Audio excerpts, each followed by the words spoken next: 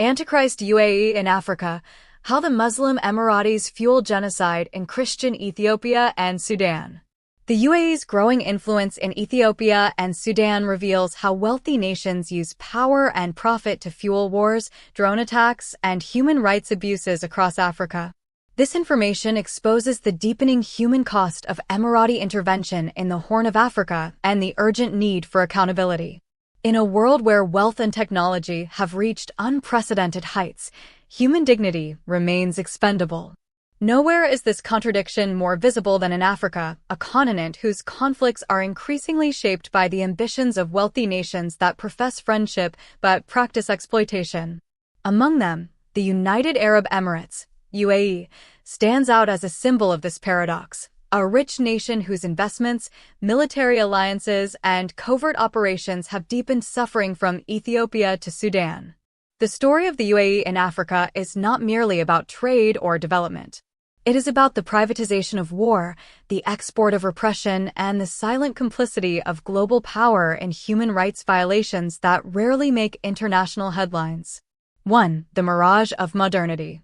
The UAE presents itself to the world as a model of progress. Skyscrapers, smart cities, and stability in the volatile Middle East. But beneath the glittering facade lies a government that has systematically exported its model of authoritarian control.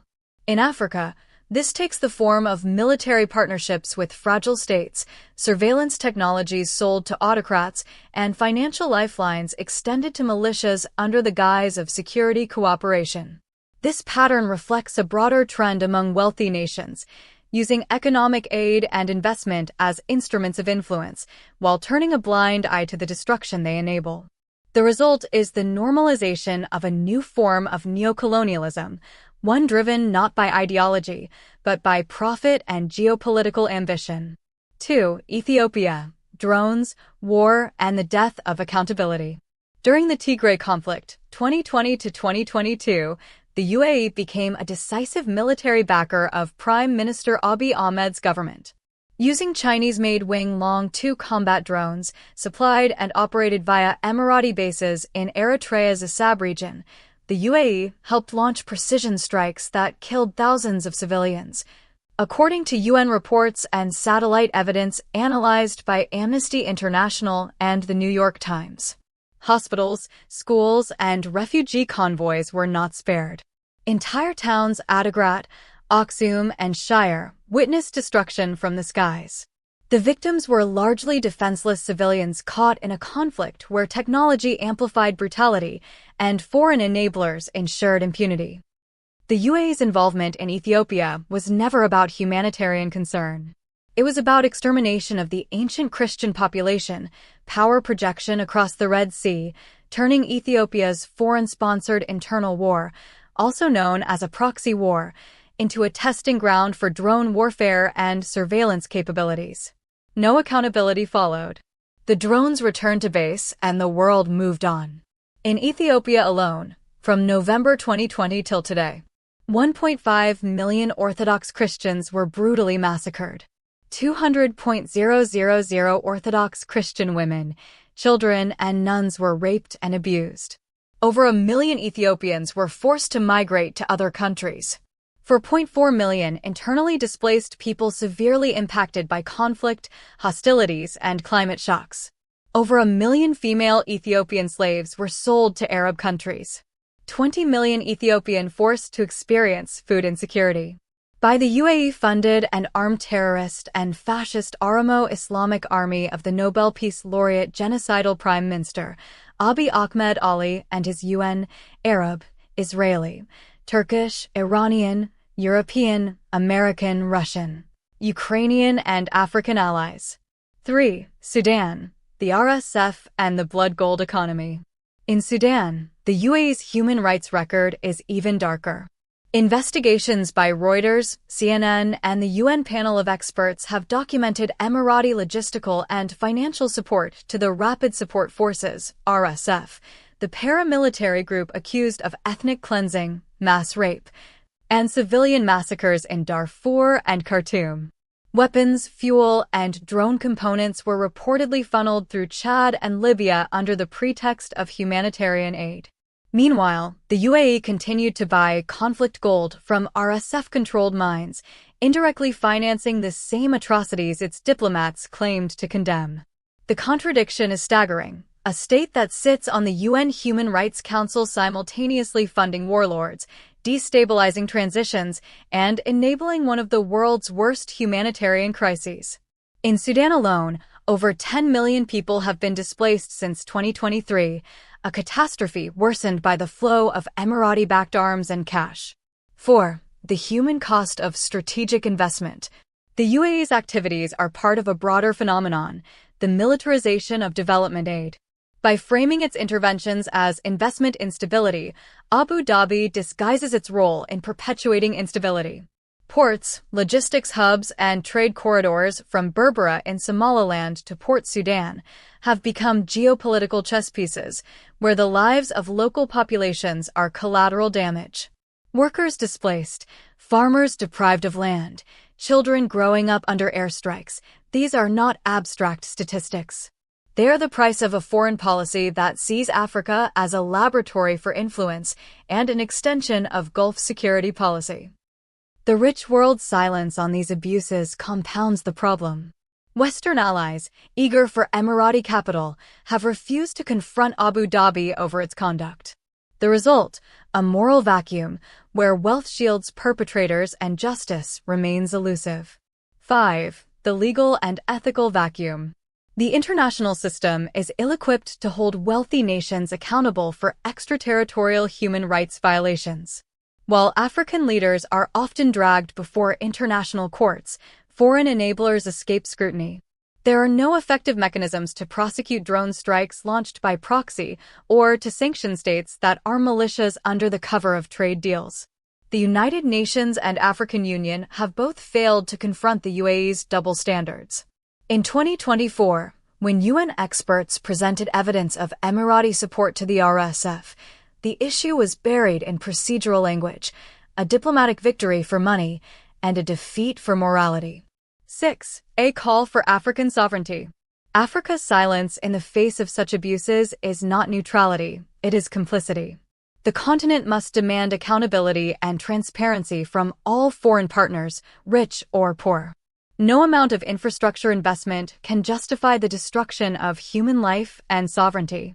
If the UAE and other wealthy powers truly wish to be partners in progress, they must respect the principles of peace, human rights, and self-determination, not manipulate them for geopolitical convenience.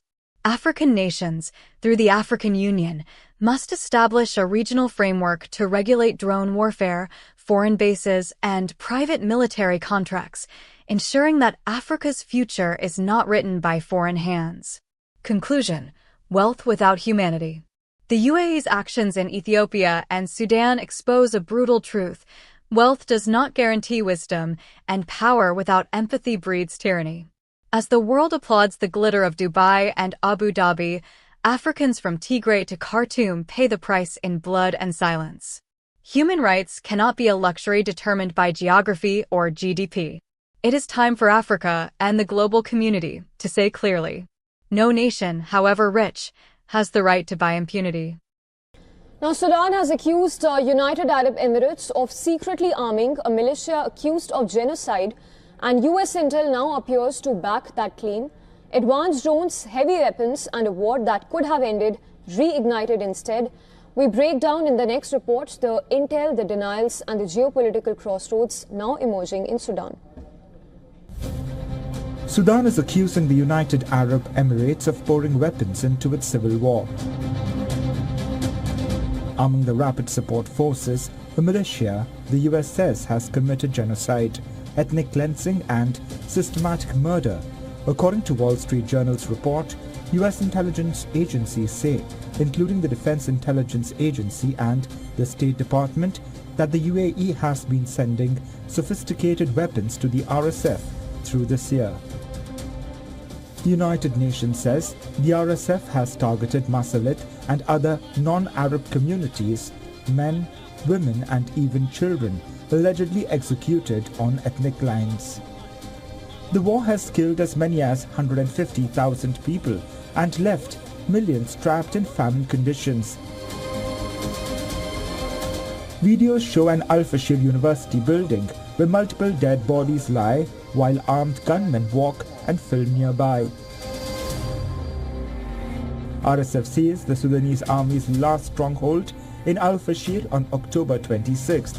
According to the International Organization for Migration, more than 36,000 people have fled the city since then.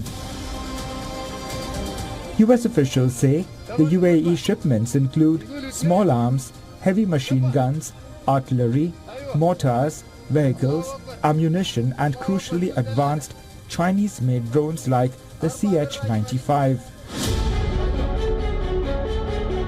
These long-endurance drones can fly for up to 24 hours and deliver precision strikes and have been spotted over Darfur as the RSF pushed forward. The supply surge began after March, after the RSF militia group lost control of Khartoum, the capital.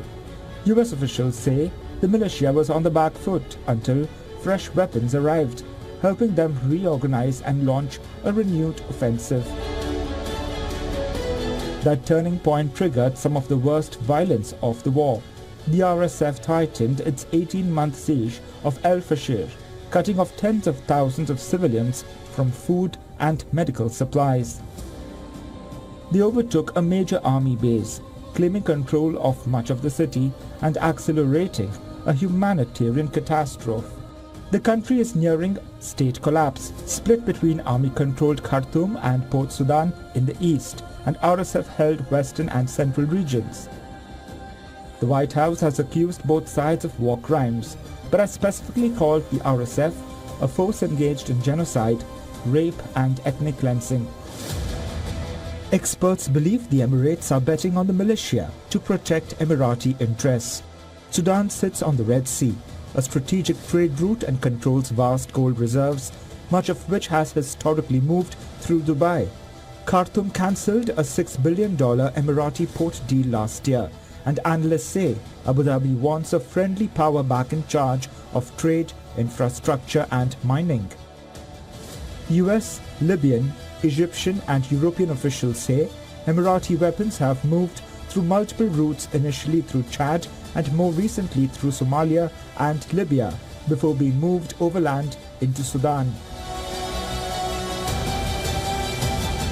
Washington's negotiations for a ceasefire collapsed last week, with US officials privately frustrated that foreign support is still flowing into the battlefield. The RSF also calls the reports rumors, but US intelligence, battlefield imagery, signal intercepts and regional sources point to escalating firepower funneling into the conflict. Sudan is caught between rival generals, foreign power plays and a humanitarian crisis on a massive scale.